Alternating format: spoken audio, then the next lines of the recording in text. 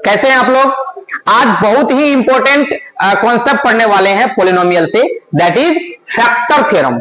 क्या है कि let px be any polynomial, यानी कि कोई सा भी पॉलिनोमियल डिग्री 1 या डिग्री 1 से अधिक का हो तो फैक्टर थ्योरम कहता है अगर x माइनस अल्फा उसका फैक्टर है तो p ऑफ अल्फा 0 हो जाएगा, या फिर अगर p ऑफ अल्फा 0 हो रहा है तो x माइनस अल्फा उसका एक फैक्टर होगा। यही फैक्टर थ्योरम है। जैसे बात को समझो, तुम बताओ क्या 3 से 12 में डिवाइड करते हैं तो रिमाइंडर क्या आएगा? बिल्कुल रिमाइंडर क्या आएगा?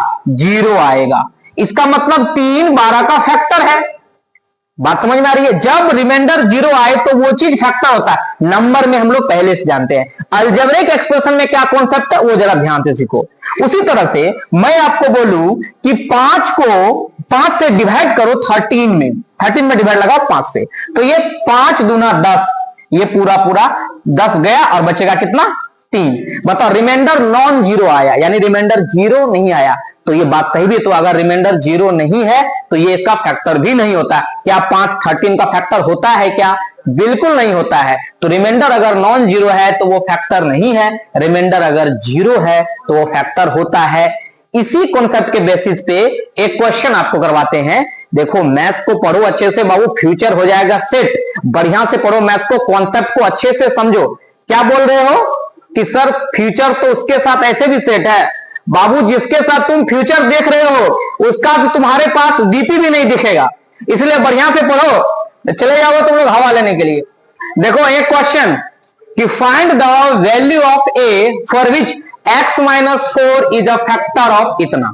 सबसे पहले इस क्वेश्चन को आराम से देखो बाबू लोग। इस क्वेश्चन को हम लोग कैसे करेंगे, बढ़िया से समझो बात को, मेरी बात समझो। सबसे पहले पॉलिनोमियल को अज्यूम करेंगे, लिखेंगे लेट px इक्वल्स, दिख रहा है सबको, 2x cube minus 3x square minus 18x plus a and gx is equals to मान लो x माइनस 4। नाउ